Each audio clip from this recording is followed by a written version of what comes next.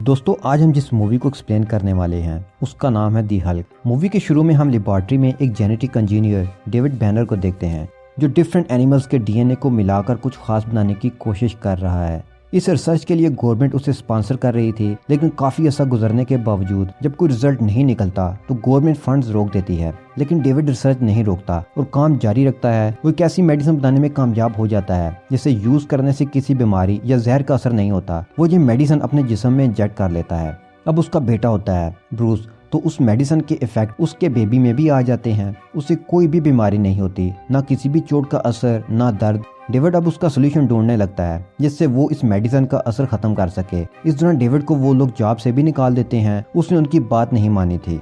अब हमें कई साल बाद का सीन दिखाया जाता है जहाँ अब ब्रूस बड़ा हो चुका है। वो एक और फैमिली के साथ रह रहा है। उसे बताया जाता है कि उसके पेरेंट्स मर चुके हैं। ब्रूस मेहनती और लायक था, तो वो भी एक दिन साइंटिस्ट बन जाता है। वो जहाँ काम करता है वहाँ बेटी रोज भी काम करती है। दोनों एक दूसरे को पसंद भी करते हैं। वो भी मुख्तलिफ रिसर्च करते रहते हैं। इन दिनों वो इस पर रिसर्च कर रहे हैं कि किसी भी जख्म को क्विकली कैसे हील किया जाए और जो जख्म लाइलाज हों उन्हें कैसे हील किया जाए।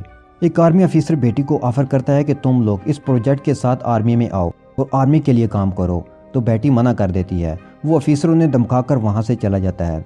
बेटी जब वहाँ से निकलती है तो वो एक सफाई वाले को देखती है जिसका होलिया अजीब सा था। बेटी के जाने के बाद वो लैब में चला जाता है और वहाँ से ब्रूस का एक बाल ले लेता है। वो इस बाल से ब्रूस का डीएनए लेना चाहता था। अब फिर लैब का सीन है जहाँ ब्रूस एक मशीन पर काम कर रहा है। काम के दौरान मशीन में कुछ प्रॉब्लम हो जाती है। ब्रूस संभालने की कोशिश करता है तो इस दौरान इस मशीन से रेस निकलकर ब्रूस पर पड़ती हैं, तो ब्रूस बेहोश हो जाता है। वो उसे हॉस्पिटल ले जाते हैं। जब उसे होश आती है तो बेटी से पूछती है कि ये रेस काफी खतरनाक थी और इनसे बचना नामुमकिन था। वो तुम पर पड़ी और तुम जस्ट बेहोश हुए, आखिर तुम कैसे बच गए? तो ब्रूस कहता है कि मुझे कुछ भी फील नहीं हो रहा, जैसे मैं बिल्कुल ठीक हूँ और कुछ भी नहीं हुआ हो। वो दोनों हैरान थे कि ये क्या माजरा है और खुश भी कि ब्रूस बच गया।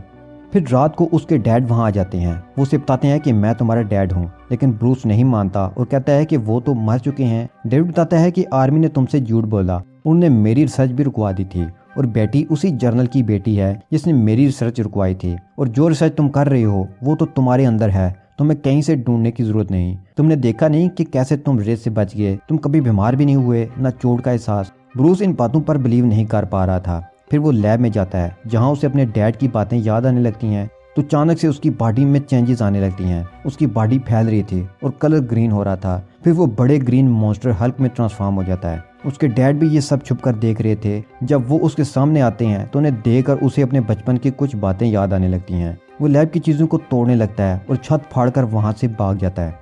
अगले दिन बेटी ब्रोस के घर जाती है तो वो उससे पूछती है कि कल रात लैब में तोड़ फोड़ हुई और अजीब चीजें, क्या कल तुम लैब गए थे? ब्रूस को कल का कुछ भी याद नहीं था। तो वो कहता है कि मैं कल लैब नहीं गया और कल मुझे अजीब सा सपना भी आया। सपने में कोई आदमी मुझे कह रहा था कि वो मेरा डैड है, हालांकि वो तो मर चुके हैं।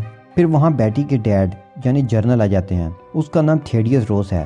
वो बेटी को बाहर भेज देते हैं। वो जानते हैं कि ब्रूस डेविड का ही बेटा है और वो अपने डैड का छोड़ा हुआ काम पूरा कर रहा है। वो ब्रूस से बातें करने लगते हैं। इसी दौरान बेटी रोज के डैड के पास चली जाती है। वो उनसे पूछती है कि ब्रूस के पास ऐसा क्या है जिसकी वजह से जर्नल उनके पीछे पड़ गए। डेविड कहता है कि वो खास और यूनिक है। अगर तुम्हारे डैड को उसका पता चल गया तो वो उसे पकड़ लेंगे और बाकी दुनिया भी उसे एक्सेप्ट नहीं करेगी, क्योंकि दुनिया यूनिक और मुख्तलिफ चीज़ों को एक्सेप्ट नहीं करती। ब्रूस खतरे में आ सकता है। इधर जनरल उससे पूछता है कि बताओ तुम्हारे डैड कहाँ हैं? वो कहता है कि मुझे नहीं पता क्योंकि वो तो मर चुके हैं। जनरल कहता है कि वो मरे नहीं हैं, बहुत साल पहले मैंने ही उनकी रिसर्च रुकवाई थी और उन्हें जेल भेजा था। इसलिए अगर मुझे इस बारे में तुम नहीं बताओगे तो तुम्हारे डैड की तरह मैं तुम्हें भी जेल भेज दूंगा।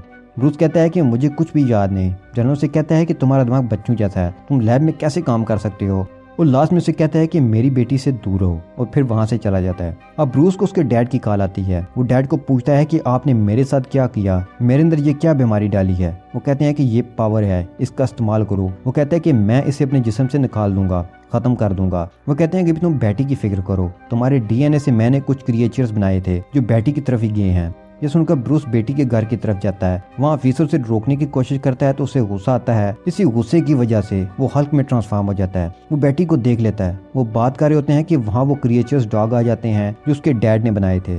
वो उनके साथ फाइट करता है, उन्हें मार देता है। फिर वो बेटी को सारी बात बताता है कि कैसे ये मेडिसिन मेरी बॉडी में आई और डैड ये क्यों कर रहे थे। जब मुझ पर लैब में रेस पड़ी तो इस मेडिसिन की वजह से मुझ में अजीब तब्दीलियाँ आ गईं और ये सुपर पावर मुझे मिल गई। बेटी कहती है कि मैं हर हाल में तुम्हारे साथ हूँ। अगले दिन बेटी डैड को कॉल करती है हेल्प मांगने के लिए, लेकिन उसे नहीं पता था कि उसके डैड ही विलन हैं। तो वो वहाँ आर्मी भेज देते हैं जो ब्रूस को बेहोश करके बेटी के डैड के पास ले आते हैं। बेटी उसे कहती है कि मैं तुम्हें ठीक कर दूंगी, लेकिन जनरल उसे ज़मीन के 1000 फुट नीचे एक जगह ले जाते हैं जहां उनका प्लान था कि ब्रूस को बेहोश करके हमेशा के लिए रखा जाए। वो उसे वहीं कैद कर देते हैं। बेटी को जब इस बात का इल्म होता है तो वो अपने डैड के पास जाती है और कहती है कि आप ब्रूस के साथ ऐसा कैसे कर सकते हैं, उसने आपका क्या बिगाड़ा है। तो जनरल कहता है कि वो खतरा है, वो अपने बाप की तरह पागल साइंटिस्ट है, हमें उसे रोकना ही होगा। बेटी अपने डैड से उसे एक बार मिलने की परमिशन मांगती है, फिर वो उसे मिलने जाती है। उसके बाद उसके डैड से कहते हैं कि आज के बाद तुम उसे मिल नहीं पाओगी क्योंकि कुछ लोग उसे हमेशा के लिए ले जा रहे हैं। ये बात ब्रूस के डैड को पता चल जाती है, तो वो उसी लैब में उस मशीन के पास जाते हैं जहाँ से ब्रूस को पावर मिली थी। वो मशीन से रेज अपने ऊपर डालते हैं कि वो भी हल्क बन सकें, लेकिन उन्हें मुख्तलिफ सुपर पावर मिल जाती है। वो जिस भी चीज़ को हाथ रखते थे वो उस जैसे बन जाते थे। अब वो बेटी के पास जाते हैं, वो उसे कहते हैं कि ब्रूस कहाँ है, मुझे उससे मिलना है। वो कहती है कि मुझे नहीं पता कि वो कहाँ है, और वैसे भी ये आपकी ही गलती थी जिसकी वजह से ब्रूस ऐसा बना। डेविड कहता है कि मेरी गलती नहीं थी, ये मेरे डीएनए से उसे मिला, और जब मुझे पता चला कि ब्रूस दुनिया के लिए खतरा बन सकता है तो मैंने उसे मारने की कोशिश भी की। उस तरह मेरी वाइफ बीच में आ गई और वो मारी गई।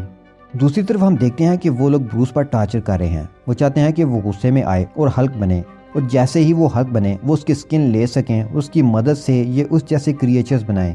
लेकिन ब्रूस ये सब जानता है, वो गुस्सा नहीं करता, वो उन्हें उनके गलत काम में कामयाब नहीं होता देख सकता था। वो उस पर इतना टॉर्चर करते हैं कि वो बेहोश हो जाता है, और अब उसे बचपन की यादें आने लगती हैं। उसे एक याद आती है कि किस तरह उसके डैड उसे मॉन्स्टर समझकर उस पर अटैक कर रहे हैं, और इस अटैक में उसकी मॉम की जान चली गई। अब ब्रूस को गुस्सा आने लगता है और वो हल्क बनने लगता है।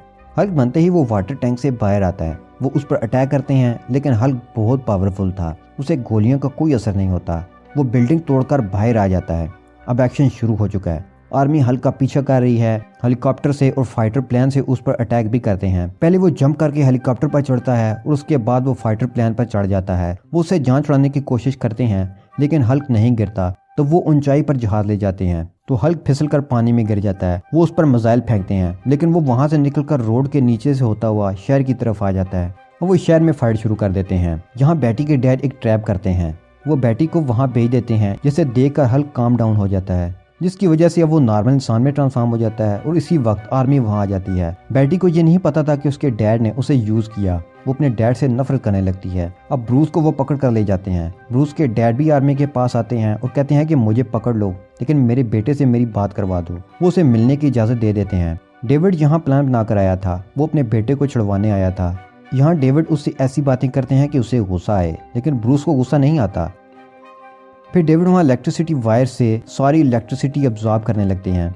देखते ही देखते पूरे शहर की एनर्जी अब्जॉर्ब कर लेते हैं और ब्रूस को भी शॉक देते हैं, जिससे वो भी हल्क में ट्रांसफॉर्म हो चुका है। अब दोनों फाइट करने लगते हैं। ब्रूस के डैड उससे सारी एनर्जी पावर लेना चाहते थे। आखिर में हल्क कहता है कि आप ही सारी एनर्जी ले लो। उसके डैड अब उसकी एनर्जी भी अब्जॉर्ब करने लगते हैं, लेकिन वो इस पावर को संभाल नहीं पाते। तो वो हल्क को कहते हैं कि मैं नहीं संभाल पा रहा, ये तुम ही रखो, तुम इस पावर को कंट्रोल कर सकते हो।